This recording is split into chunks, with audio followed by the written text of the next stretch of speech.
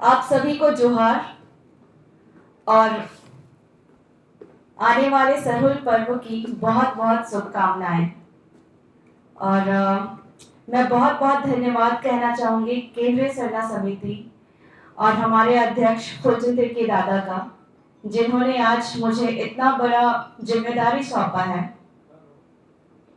और मैं उम्मीद करती हूँ कि इनकी दी हुई जिम्मेदारी पे मैं खरी उतरूं।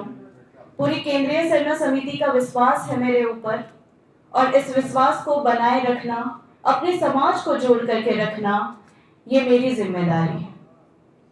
और चूंकि अब मैं ये जिम्मेदारी संभालने जा रही हूँ, केंद्रीय महिला अध्यक्ष की जो जिम्मेदारी संभालने जा रही हूँ, इसमें मैंने बहुत ख्वाब देखे हैं चीजों को लेकर के कि मुझे किस वे में काम करना है अपने समाज के लिए, अपने लोगों के लिए, अपने आदिवासी समाज के लिए। आज थोड़ी भावुक हो गई हूं और मैं बताना चाहती हूं कि आज से 1 साल पहले मैंने केंद्रीय सरना समिति में ज्वाइन किया था। 1.5 साल पहले, 1 साल पहले मुझे प्रवक्ता का पद मिला और मैं लगातार समाज में अपने लोगों के सही गलत सही चीजों में खड़ी रही। और मुझे ये कहते हुए आज अच्छा लग रहा है कि मैं आज एक नई जिम्मेदारी को संभालने के लिए यहाँ पे बैठी हूं। और मैं कहना चाहूंगी कि आने वाले समय में, अभी कुछ दिनों में आपने देखा होगा, कुछ समय पहले आपने देखा होगा कि कितनी लड़ाइयां हुई, जाति विवाद, ये वो, लेकिन मेरी ये थॉट बिल्कुल भी नहीं रही है। मेरी हमेशा से सोच रही है आदिवासी समाज को आगे बढ़ाने का। जब मैं सामाजिक कार्यकर्ता के तौर पर केंद्रीय सरना समिति जब ज्वाइन कर रही थी, तो दादा ने पूछा था कि आपने कैसे सोचा कि आप सामाजिक कार्य के लिए आपको आगे आना चाहिए। मैंने बोला कि दादा, कोरोना के टाइम पे खुद का तो पता नहीं था कि कितने दिन लॉकडाउन चलेगा, क्या चलेगा, लेकिन फिर भी मैंने सोचा कि मुझसे जितना हो पाता है मैं उतना समाज सेवा करूंगी। और बकायदा मैंने किया तब के टाइम पे, और लोगों के साथ बैठी मिली, लोगों के दुख तकलीफ को सुना तो मुझे बहुत अच्छा लगा। उनके लिए खड़ा होकर के, उनके लिए काम करके, उनको राशन की जरूरत थी, राशन पहुंचाया, तो वहां से एक सेवा भावना सामने आई। तो इसी पर्पस के साथ, इसी प्रोस्पेक्टिव के साथ मैं केंद्रीय सरना समिति में जुड़ी और बहुत सारा काम करने के लिए मिला। आदिवासियों की हक अधिकार के लिए लड़ने का मौका मिला।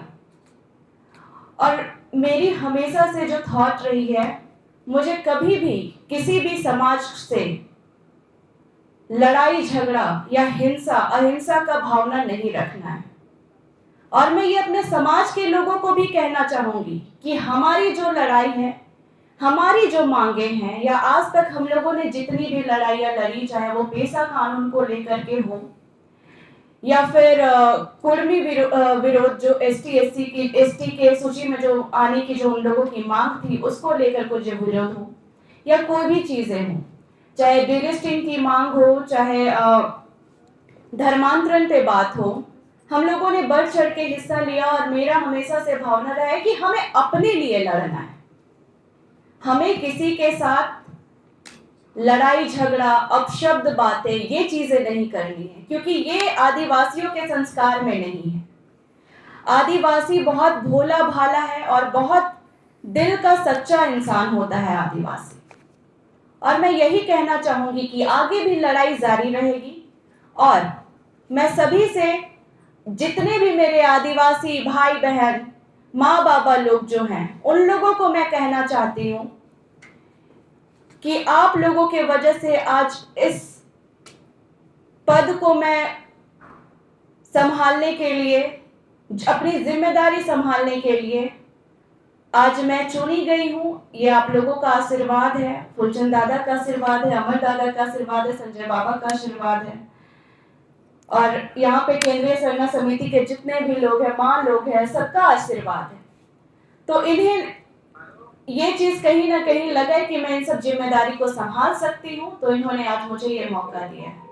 और मैं बकायदा यही कहना चाहूंगी कि आदिवासी महिलाएं जितनी भी है, उन लोगों के लिए एक आवाज बन के मुझे आगे आना है।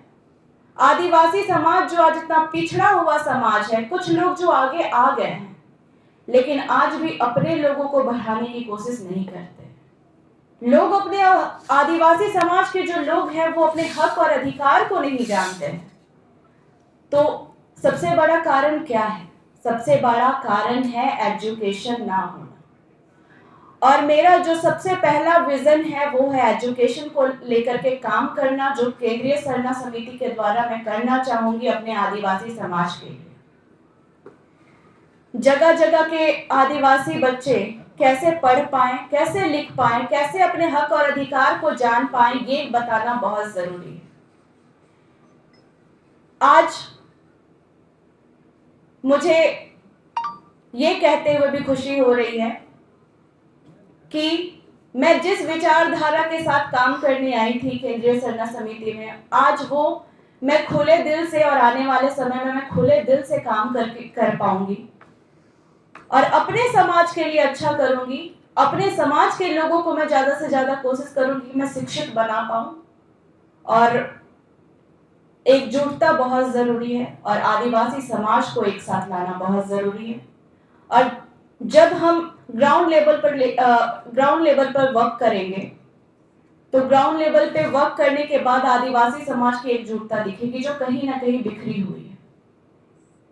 क्योंकि किसी को आज के समय पे कुछ लेना देना नहीं है। उन लोगों को ये पता नहीं है कि हमें क्या करना है, बस जी रहे हैं, खा रहे हैं, उनको नहीं पता।